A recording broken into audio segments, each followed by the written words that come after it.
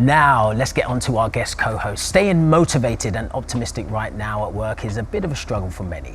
So how do we stay productive and focused? With us now is a clinical psychologist and the co-founder of Tahun. He is Dr. Naif Al-Matoua. Dr. Naif, thank you so much for being here.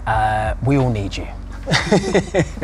It's one of these times where it's very delicate for a lot of people, so it's understanding how we can be at work but at home as well.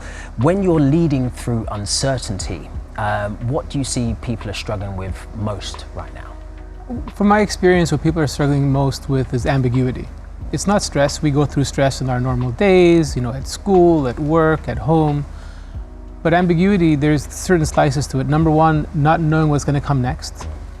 Number two, not knowing what to do and what's expected of me. And number three, shifting as things change. Am I working at home today? Am I going to the office? Am I taking the kids to school? Are they going to be online? That constant kind of back and forth leads to cognitive just overload, which can affect my memory, my concentration, and frankly puts me in a fight or flight mode, where I'm either overworking and getting burned out or procrastinating.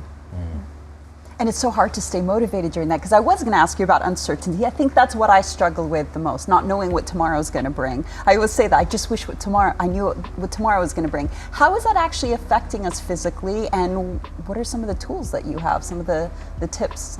So the go-to tip basically is learning, focusing on learning what things we can control and what things we can't, right? So, and learning to problem solve if something's controllable, and to coexist if it's not. Most of this stress or fatigue happens when we try to change things that are unchangeable, and kind of our brain kind of gets stuck there, and it leads to fatigue.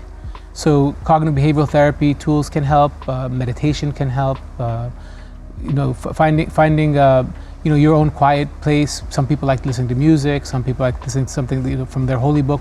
There's no go-to, there's a go-to for you that makes you more feel comfortable. Appreciate that. But that's the thing, doctor, there's a struggle there, because even when you're having a quiet place, your mind doesn't stop talking. And I have a difficulty sleeping at night because of the things that are happening. It's your quiet space, but then all the thoughts come in, because you're either with people who are talking about it or going through things, or you're alone and you're revisiting your emotions. So how do you cope, and how do you make sure that you're getting enough rest, shutting down your brain, and making sure that your schedule, what you're going through, doesn't affect your work or your lifestyle? So one kind of quick piece of advice is, and this when I see patients in Dubai or Qatar, they look at me like I'm crazy, but in Kuwait they get this. I ask them, I say, how many road bumps do you hit by the time you come to me in the clinic? And here they look at me like, what am I talking about? But they'll, on average it's like 12. And I say, okay, when you see that road bump, do you speed up or do you slow down and go over it? This way, slow down. I say, why? Why don't you speed up? Because if we hit the road bump, then it's going to, something's going to happen to the car. It's going to damage it. So exactly. When these feelings and thoughts come, expect that they're going to be there, and see them as emotional road bumps. Just go over, and then you continue. But don't expect them to go away right now, because right now, feeling what you're feeling in the middle of what we're going through is normal. So anxiety, typically, my favorite analogy for anxiety is being in a room with a tiger. If you're in a room with a tiger, your heart beats fast, you start sweating, you have fears of death, which is normal if there's a tiger in the room. But if there's no tiger in the room, that's when it becomes a problem. So having what you're going through right now with what's going on in our environment is normal. If it continues a month or two afterwards, then it's a problem.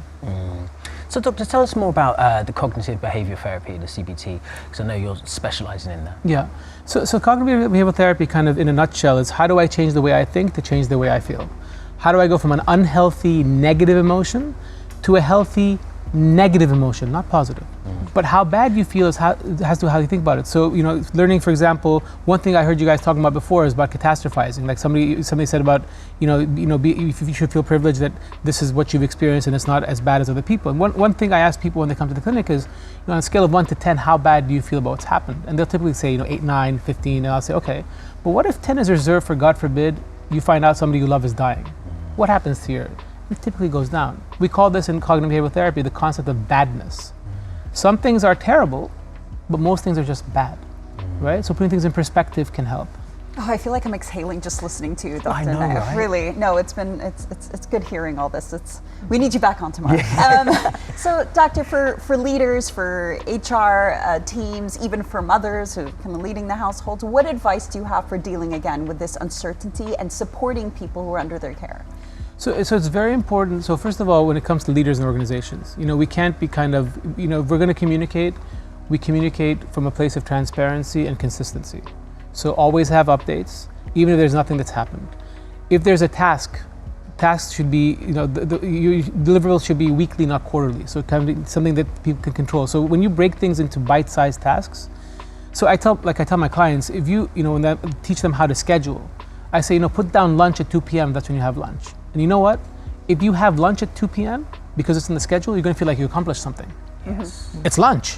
What's the accomplishment? The accomplishment is I planned something and it went to plan. And that means a lot to us as human beings. And back to that sense of control. Yes, as well. exactly. Yeah.